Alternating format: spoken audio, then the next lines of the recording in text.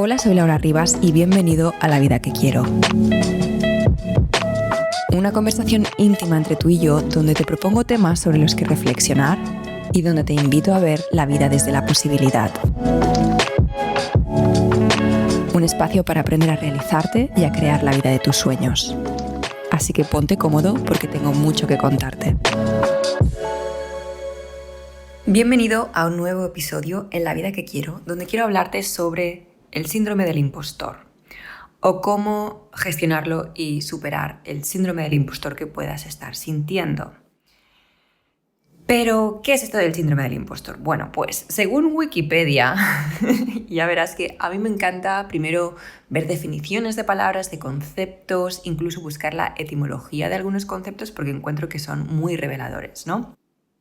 Pero empecé a buscar un poco el cómo lo definen en otros lugares y encontré evidentemente la definición, pero es que luego encontré algo súper interesante, ¿vale? Porque si estás de hecho escuchando este episodio es porque te llama especialmente y porque te sientes de alguna forma un poco impostor o impostora, ¿no? Entonces, es un fenómeno psicológico, leo de lo que pone en Wikipedia, en que la gente se siente incapaz de internalizar sus logros y sufre un miedo persistente de ser descubierto como un fraude. Lo voy a volver a leer porque es muy interesante. Es un fenómeno psicológico, es decir, no es la verdad, sino algo que te pasa por la cabeza, en el que la gente se siente incapaz de internalizar sus logros, es decir, asimilarlos, integrarlos como suyos, es decir, lo que han logrado, reconocerlos como tal, internalizar esos logros, esos éxitos, y sufre, en cambio, un miedo persistente de ser descubierto como un fraude. Y continúo. A pesar de las pruebas externas de su competencia, aquellos con el síndrome permanecen convencidos de que son un fraude y no merecen el éxito que han conseguido. Fíjate, es súper interesante. Lo repito de nuevo. A pesar de las pruebas externas de su competencia, no competencia de quién me compite, sino de que son competentes, de que eres competente, aquellos con este síndrome permanecen convencidos de que son un fraude y no merecen el éxito que han conseguido. Las pruebas de éxito son rechazadas como pura suerte, coincidencia o como el resultado de hacer pensar a los otros que son más inteligentes y competentes de lo que ellos creen ser. Entonces, esto se manifiesta en tu vida, por ejemplo, constantemente, sobre todo en lo empresarial o en lo laboral, creo que es donde más se ve reflejado esto, ¿no? Pero sobre todo en el mundo del emprendimiento, pues, si estás intentando cerrar una venta, no te crees realmente merecedor de ciertos precios porque tienes síndrome del impostor y crees pues que, de nuevo, no has internalizado esa experiencia y esos logros que consigues en ti y en tus clientes y no te crees merecedor de esos precios. O quieres lanzar algo o dar una ponencia o empezar un podcast o empezar a hacer vídeos o lo que sea y te sientes un impostor porque esa exposición y visibilidad que vas a conseguir hace que aumente tu sensación de que no mereces el reconocimiento de ese éxito. Y de nuevo, muy interesante lo que pone aquí como descripción, y es que esos éxitos, las pruebas de éxito, son rechazadas como pura suerte. O sea, tu argumentación es, bueno, eso ha sido suerte o casualidad o una coincidencia, o es porque me lo sé montar tan bien que hago que los demás piensen que soy inteligente, pero en realidad soy un inepto o un inútil, ¿no? Y esto en realidad, de nuevo, es una condición, un fenómeno psicológico, ¿de acuerdo? Y continúo. El síndrome del impostor es aquel en el que la gente competente encuentra imposible creer en su propia competencia, ¿de acuerdo? Aquí voy a hablarte de algunas tácticas o ejercicios o estrategias para reenfocar esto y reconducir esto y solventarlo, ¿no? Minimizarlo. Pero lo más increíble, y ojo, yo soy la primera que tengo síndrome del impostor. Esto del síndrome del impostor se siente o no es algo exclusivo de cuando empiezas, es algo que puedes sentir siempre independientemente de cuántos años lleves, profesionalmente hablando, con tu trabajo o con tu empresa, con tu negocio. Sí que puede haber épocas donde está como más apagado, pero cuando intentas hacer cosas nuevas, yo qué sé, a lo mejor dices, pues voy a empezar un podcast, por ejemplo, o quiero dar ponencias, o voy a escribir un libro. Con lo del libro aparece un montón. O yo qué sé, voy a hacer algo que es nuevo para mí, algo que me saca de mi zona de confort, ¿entiendes? O sea, cuanto más en tu zona de confort estás, menos sientes ese síndrome del impostor. Y cuanto más osas atravesar ese límite, ese marco conocido, más fuerte sientes este síndrome del impostor. Entonces, es algo que te va a acompañar toda la vida, pero que te sugiero que aprendas a gestionar de alguna forma, encuentres herramientas o trucos para que no domine tus decisiones, para que no te sabotees, ¿de acuerdo?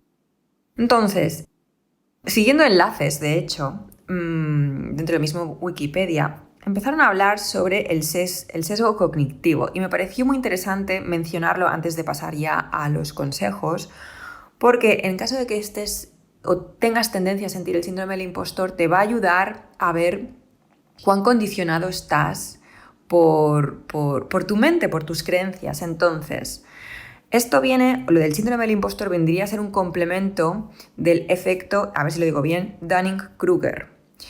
Que de hecho, este efecto Dunning-Kruger es un sesgo cognitivo, en virtud del cual los individuos, y estoy leyendo, en virtud del cual los individuos incompetentes tienden a sobreestimar su habilidad, mientras que los individuos altamente competentes tienden a subestimar su habilidad en relación con los otros. Y continúo, está relacionado con el sesgo cognitivo de la superioridad ilusoria. Y ya ese enlace ya no lo cliqué, ¿vale? Pero continúa con el texto. Dice, el efecto se debe a la incapacidad de los individuos incompetentes por reconocer su propia ineptitud, ya que los individuos muy competentes tienden a subestimar su competencia relativa. A consecuencia de este sesgo, los individuos competentes tienden a asignar tareas difíciles a los individuos que no tienen la habilidad o no tienen habilidad suficiente para completarlas, en la creencia de que dichas tareas son sencillas de realizar, mientras que los individuos incompetentes tienden a acometer tareas para las que no están preparados y no pueden no ser capaces de reconocer su fracaso. Bueno, yo leí esto y me pareció fascinante. Yo tengo la teoría ahora de que si tienes el síndrome del impostor, matemáticamente eres una persona altamente competente. Así que no te compro la razón de que no lo vales, de que no mereces el éxito o el sueño al que aspiras, ¿de acuerdo? Así que siempre que sientas el síndrome del impostor, acuérdate de estas definiciones de este fenómeno psicológico y del efecto Dunning-Kruger, del sesgo cognitivo, etc. Y date cuenta que es tu mente mareándote, que no es la realidad, que todo son creencias y las creencias no son más que puntos de vista, que opiniones, pero no son la verdad, ¿de acuerdo? Y fíjate, ahora que estaba terminando, hay una línea que no te he leído que dice, y con eso ya termino, dice, la mala calibración del incompetente se debe a un error sobre uno mismo, mientras que la mala calibración del altamente competente se debe a un error sobre los demás. En fin. Seguramente cuando escuchas estas definiciones tienes en mente a alguien que dices, es que es incompetente y ojalá yo tuviese esa seguridad en mí mismo o en mí misma, porque mira el otro, es un inepto, es un inútil y ni siquiera pone en duda su talento o su capacidad, ¿no?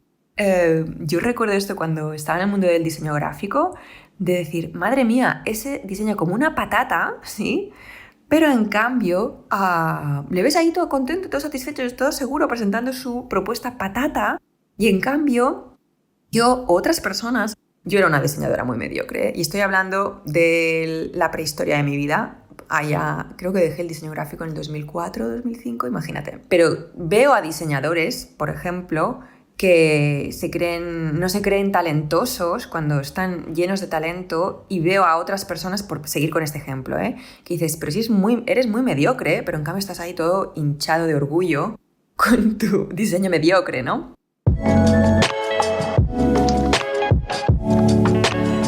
Por cierto, y ya que estamos con el tema de tener la vida que queremos, si no lo has hecho ya, puedes descargarte mi autotraining Cómo conseguir tus objetivos y ser una persona realizada, que encontrarás en la web conseguirobjetivos.com, o en este dominio vas conseguirobjetivos.com, y ahí encontrarás cómo apuntarte para descargarte gratis este curso en audio, y verás que es súper revelador. Entenderás en qué fase te encuentras, entenderás cómo tienes que seguir gestionando y cómo tienes que seguir avanzando hasta hacer realidad y conseguir y materializar ese sueño que tienes, ¿vale?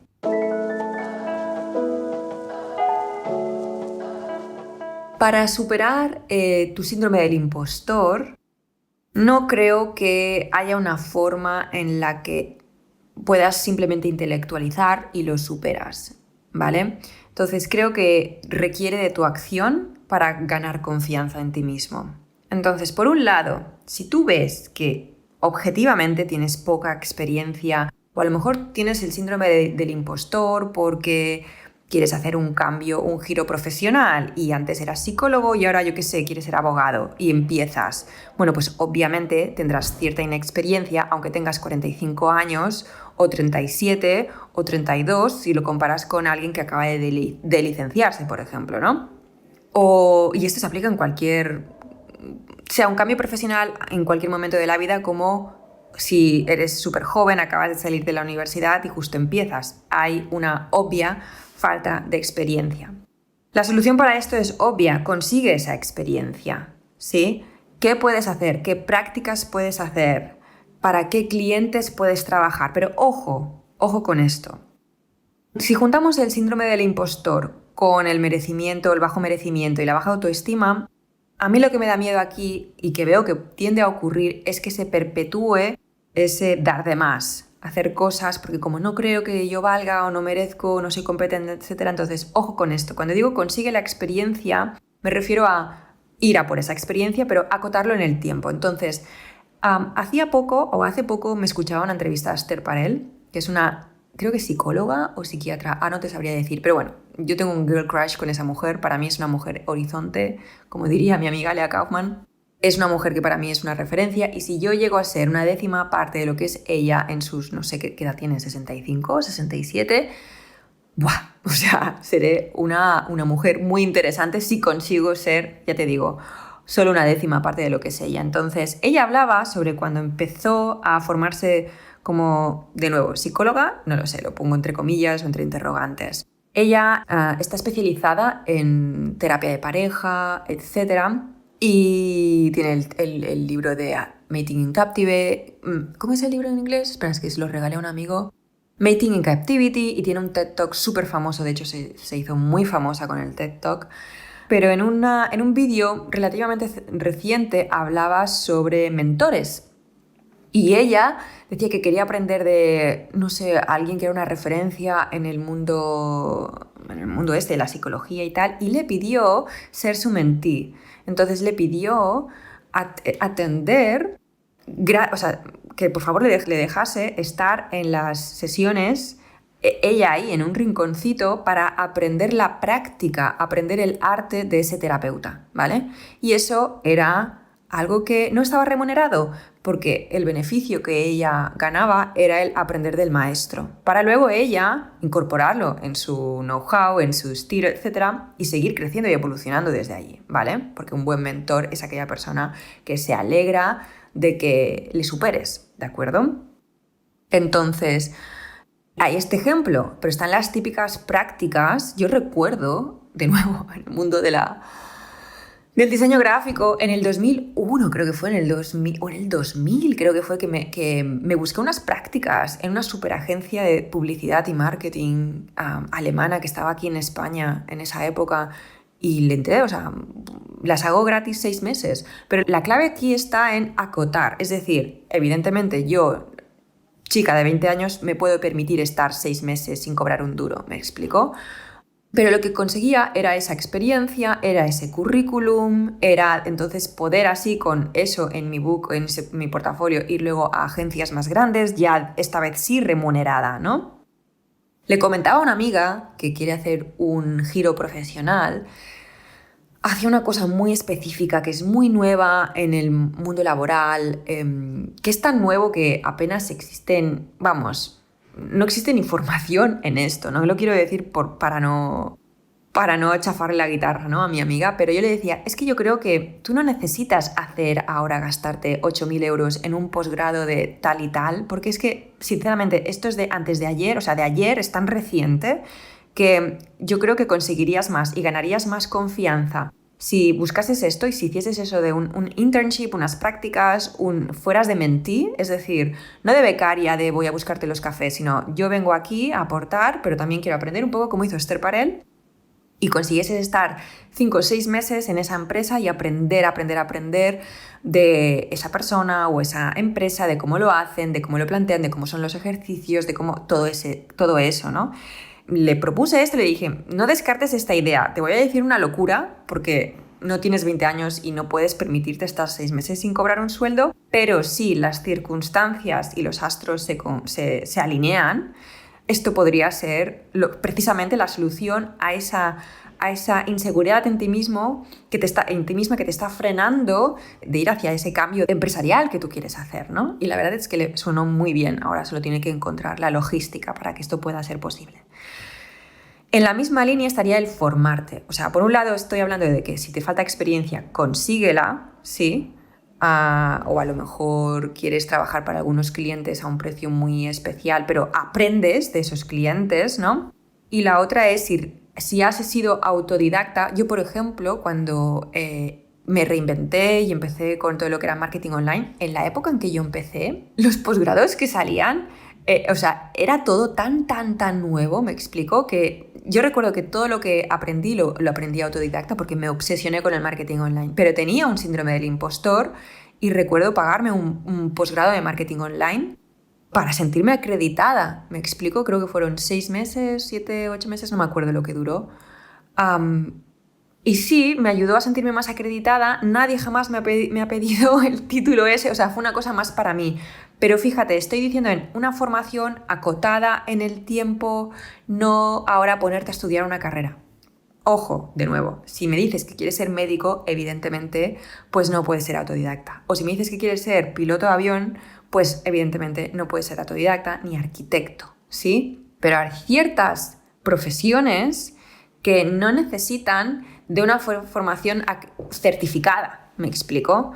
Porque no estás lidiando con... O sea, quizás lo que tú quieres hacer es con un curso de coaching te basta. No necesitas hacer una carrera de psicología, ¿me explico? Un grado de psicología de 4 o 5 años, ¿entiendes? Y con un curso de 9 meses te basta, ¿vale? Eso como cosas prácticas que tú puedes hacer.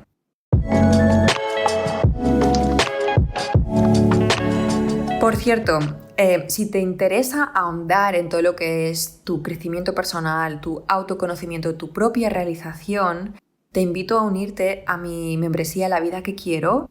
Ya tiene el mismo nombre que el podcast, pero la verdad es que, bueno, es la plataforma donde cada mes a todos los miembros pues les planteo un nuevo tema y ahondamos a lo largo de las semanas en contenido que yo voy estudiando, influencias que yo he tenido, libros que me leo, etcétera, y lo destilo y lo presento de forma en que es muy digerible y muy implementable, ¿no? Por ejemplo, si vas a lavidaquequiero.com, ahí puedes unirte. Si ves que en el momento en que escuchas este podcast no está abierta para inscripciones, puedes apuntarte igual y serás avisado cuando volvamos a abrir inscripciones porque no siempre estamos aceptando nuevos miembros, ¿no?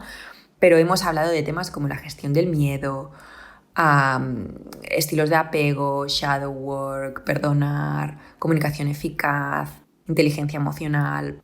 Bueno, es que llevamos como ahora mismo, para cuando salga publicado este episodio, creo que llevaremos casi 20 lecciones ya ahí dadas. La verdad es que es mi proyecto más especial y estoy segura de que si te gusta este podcast, te encantará la membresía La Vida que Quiero.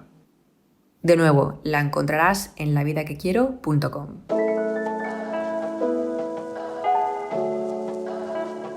Otra de las cosas que te hace sentir este síndrome del impostor es tu historia.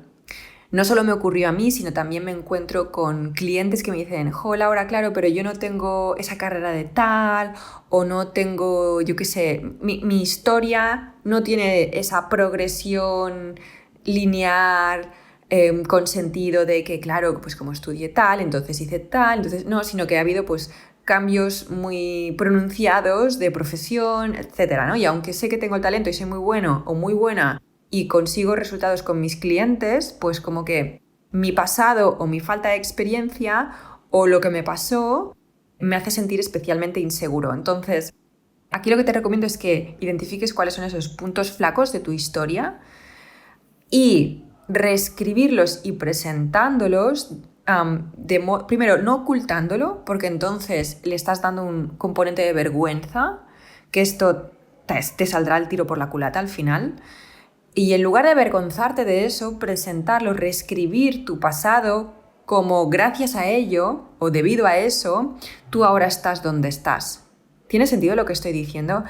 Tu pasado, aunque tú crees que es inconexo, en el fondo juega a tu favor. O sea, yo recuerdo cuando yo cerré un negocio y yo tenía una deuda de 30.000 euros de un ICO pendiente por devolver. ¿Cómo iba a hablar de negocios? ¿Me explicó?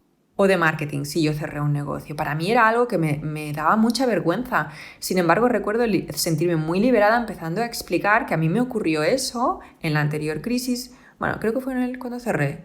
Lo empecé en el 2007, lo cerré en el 2009, creo. Bueno, profunda crisis. Entonces me marché a Alemania, me obsesioné con el marketing online, autodidacta. Luego estudié el posgrado de marketing online, empecé a bloguear accidentalmente me acuerdo que me apunté a un curso en otro sitio de community management, entonces estaban súper de moda el ser community manager, etc. Y uno de los ejercicios era montar un blog y yo pensé, ¿cómo voy yo a montar un blog? ¿De qué voy a hablar yo en un blog, sabes? Me acuerdo que compré uno con un nombre que no era el mío y empecé a bloguear sobre redes sociales, etc.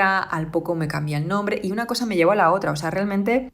En inglés creo que hablan de la serendipity, no sé cómo se dice esto en inglés, pero es todo tan aleatorio, momentos clave en mi vida que me han llevado hasta donde estoy, que claro, para mí esto era pero ¿cómo voy a decir yo que estoy aquí si me pasó lo otro? Pero al final, no escondiéndolo y diciendo, es que esto funcionó así, me fue así y al final resulta que tal.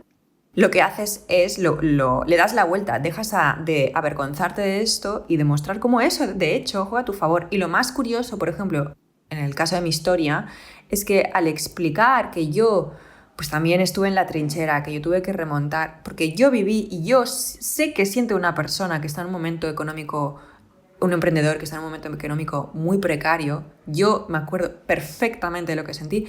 Tengo una capacidad de empatizar y conectar con esa persona que otras personas que no han vivido lo mismo, pues no la tienen, porque no lo han vivido simplemente, ¿no? Luego, el miedo, ¿de acuerdo? O el síndrome del impostor, que es un tipo de miedo porque tienes miedo de que te descubran que eres un fraude y que no sabes realmente de lo que hablas, etc. El miedo se va con la acción. Entonces, me acuerdo durante un tiempo me apunté a un club Toastmaster, que es un club estoy hablando de antes de tener hijos, de hace muchos años ya.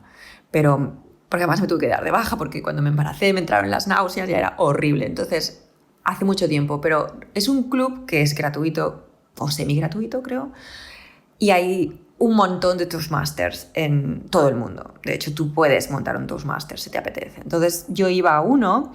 Entonces tú lo que haces es seguir un manual del orador competente, no sé cómo lo llaman. La cuestión es que en cada uno de estas ponencias que tú tienes que dar no sé si eran de menos de 10 minutos, 9 minutos, una cosa así, hay algo en concreto que tienes que trabajarte, ¿no? Pues a lo mejor en el segundo era cómo alternas el multimedia, en el tercero es cómo trabajas tu expresión y tu expresión corporal, en el cuarto es, yo qué sé, cualquier otra historia, ¿no? Entonces vas trabajando en los 10 speeches, los 10 discursos que tienes que dar, distintos aspectos. Pero es que en el primero se llama icebreaker. El rompedor de hielo, es el romper el hielo, ¿de acuerdo? Y se llama así, básicamente no tienes que trabajarte en nada, tienes que hacerlo y romper el hielo. Y es entrar en calor. Y una vez lo haces, te das cuenta que te haya salido como te haya salido, lo has sobrevivido. Y que sigues vivo, lo has sobrevivido. O sea, después de hacer ese fantástico discurso o esa porquería de discurso, sigues vivo y no ha sido para tanto, ¿de acuerdo? Entonces, me parece un concepto o un paralelismo o una metáfora que realmente se aplica en esto del síndrome del impostor. Es decir, cuando tú tienes miedo, se te despierta y dispara el síndrome del impostor porque, yo qué sé, de pronto te han dicho de dar una ponencia y tú nunca has dado ponencias y sientes que ¿cómo voy yo a dar una ponencia así? Y ya está, el síndrome del impostor hablándote. recuerda que lo superarás, o sea, el miedo se minimizará cuando tú practiques, rompas el hielo, veas que no pasa nada y sigues practicando y sigues practicando. Es así como entras en una nueva zona de confort, ¿de acuerdo? Donde, vale, sí, pues me siento seguro o segura en este tipo de formatos o en este tipo de formato de ponencias o lo que sea. Y de pronto te vendrá otra oportunidad que te volverá a sacar de tu zona de confort, que te volverá a disparar tu síndrome del impostor o lo que sea. Y es así, rompiendo el hielo y practicando y diciendo sí a las oportunidades que te manda la vida, como te darás cuenta que lo sobrevives y que no pasa nada y que incluso te puedes acostumbrar a ese nuevo nivel. ¿Me explico? Otra de las veces que te puede salir el síndrome del impostor es cuando tienes un éxito muy repentino. Sí, a lo mejor haces un lanzamiento y tú venías de cierta facturación en la que ya te sentías cómodo, que quizás no era la que querías, tú querías mucho más, ¿no? Dices, no, quiero más, quiero más. Y de pronto haces un lanzamiento y lo petas, básicamente. Lo petas y te entra mucho dinero, muy de golpe, ¿vale? Ahí también puedes sentir un síndrome del impostor muy, muy pronunciado, porque necesitas volver a acostumbrarte a ese nuevo nivel regular. O sea, es un tema de acostumbrarte, de ver que yo tengo la opinión de que la vida te manda las buenas oportunidades y el éxito para que ya estás preparado, ¿sí? Así que todo lo bueno que te llegue, venga lento o venga abruptamente y de golpe, es el momento de que te llegue en tu vida. Ahora te tienes que ocupar de no perder eso y de no soltarlo, ¿de acuerdo?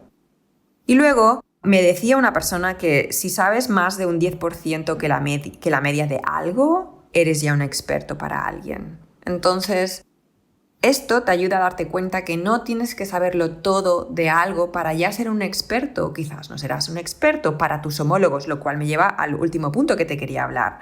Olvida tus homólogos.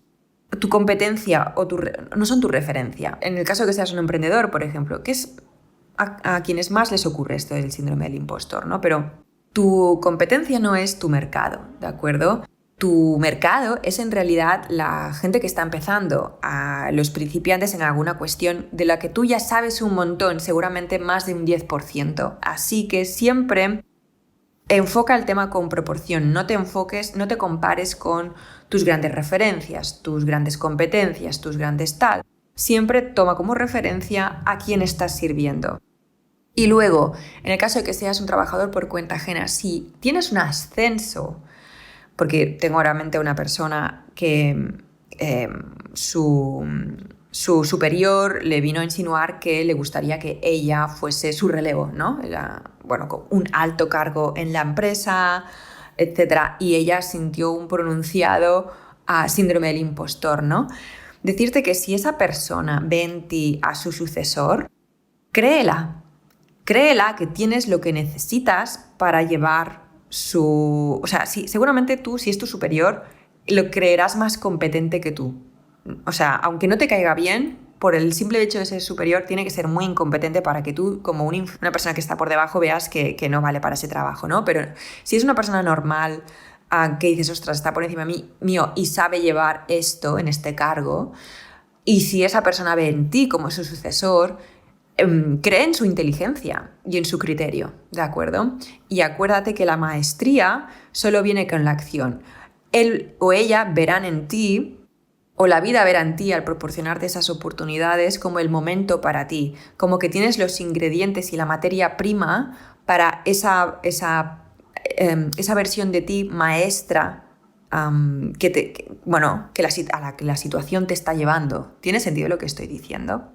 En fin, espero que con estos consejos y conceptos que he estado compartiendo contigo empieces a darte cuenta cuando estás sintiendo un síndrome del impostor, empieces a darte cuenta de que eso no es la realidad, sino una historia que te pasa por la cabeza, que no te sabotees, por favor, que digas sí a las oportunidades que te manda la vida, ¿sí? Y que lo que tú pienses no es un reflejo de tu verdadera competencia, que si la vida te está dando esa oportunidad es porque tienes la materia prima, el talento y el conocimiento y la expertise y la experiencia para servir a ese cliente o tener ese nuevo puesto de trabajo o conseguir ese proyecto o conseguir ese papel o lo que sea, porque lo mereces, ¿vale?